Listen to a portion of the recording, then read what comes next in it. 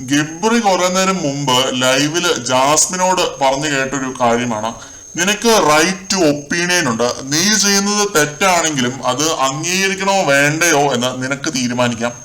നീ ചെയ്യുന്നത് തെറ്റാണെങ്കിലും അല്ലെങ്കിലും ആരെയും പേടിച്ച് നീ ഒന്നും പറയേണ്ട കാര്യമില്ല. നിനക്ക് നിന്റെ അഭിപ്രായത്തിനുള്ള സ്വാതന്ത്ര്യമുണ്ട്. നീ കറക്റ്റായിട്ട് ലാലേട്ടനോട് പറഞ്ഞു നമ്മൾ തമ്മിൽ ഇഷ്ടത്തിലാണെന്നും അത് പ്രണയത്തിലേക്ക് നീങ്ങില്ല എന്നും നീ ലാലേട്ടനോട് കറക്റ്റായിട്ട് തന്നെ പറഞ്ഞു. നമ്മുടെ രാജ്യത്തെ റൈറ്റ് ടു ഒപ്പീനിയൻ വെച്ചിട്ടാണ് നീ അത് പറഞ്ഞത്. നിനക്ക് ആരും നിന്നെ അടിച്ചേൽപ്പിക്കേണ്ട കാര്യമൊന്നുമില്ല. ഇത്രയൊക്കെ സംഭവിച്ചിട്ടും ഗബ്രി സ്വയം ആശ്വസിപ്പിക്കാൻ കണ്ടുപിടിച്ച ഓരോ കാരണങ്ങൾ കണ്ടില്ലേ? പക്ഷെ ഇതിനകത്തെ കോമഡി എന്താണെന്ന് വെച്ച് കഴിഞ്ഞാല്, സിബിൻ പറഞ്ഞ പോലെ ജാസ്മിൻ ഓൾറെഡി സെന്റി ട്രാക്ക് പിടിച്ചു കഴിഞ്ഞു. അടുത്ത OVAയോ മറ്റേ ഗോഹർ ഖാനോ അല്ലെങ്കിൽ ആരാണ് മറ്റേ ഷെഹനാസ് ഗില്ലോ ഒക്കെ ആവാനുള്ള ശ്രമത്തിലാണ് ജാസ്മിൻ. ഓസ്കാർ അഭിനയമാണ് അവിടെ രാവിലെ മുതൽ കാഴ്ചവെച്ചുകൊണ്ടിരിക്കുന്നത്, 6ാം ആഴ്ചയുടെ തുടക്കത്തിൽ തന്നെ. അതിനിടയ്ക്കാണ് ഈ മണ്ടൻ ജാസ്മിനെ ആശ്വസിപ്പിക്കാൻ പോകുന്നത്. സ്വയം ആശ്വസിപ്പിക്കും മോനെ ഗബ്രി. ഗബ്രിയോട് പോലും പറയാതെ ജാസ്മിൻ അടുത്ത ട്രാക്ക് അവിടെ പിടിച്ചു കഴിഞ്ഞു.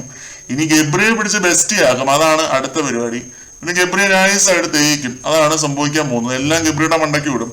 അപ്പോഴാണ് ഗബ്രി റൈറ്റ് ടു ഒപ്പീനിയൻ എന്നൊക്കെ പറഞ്ഞുകൊണ്ട് ചെല്ലുന്നത് ജാസ്മിന്റെ അടുത്ത്. നല്ല കോമഡി തന്നെ. ഗബ്രി ഒരു രസികൻ തന്നെ.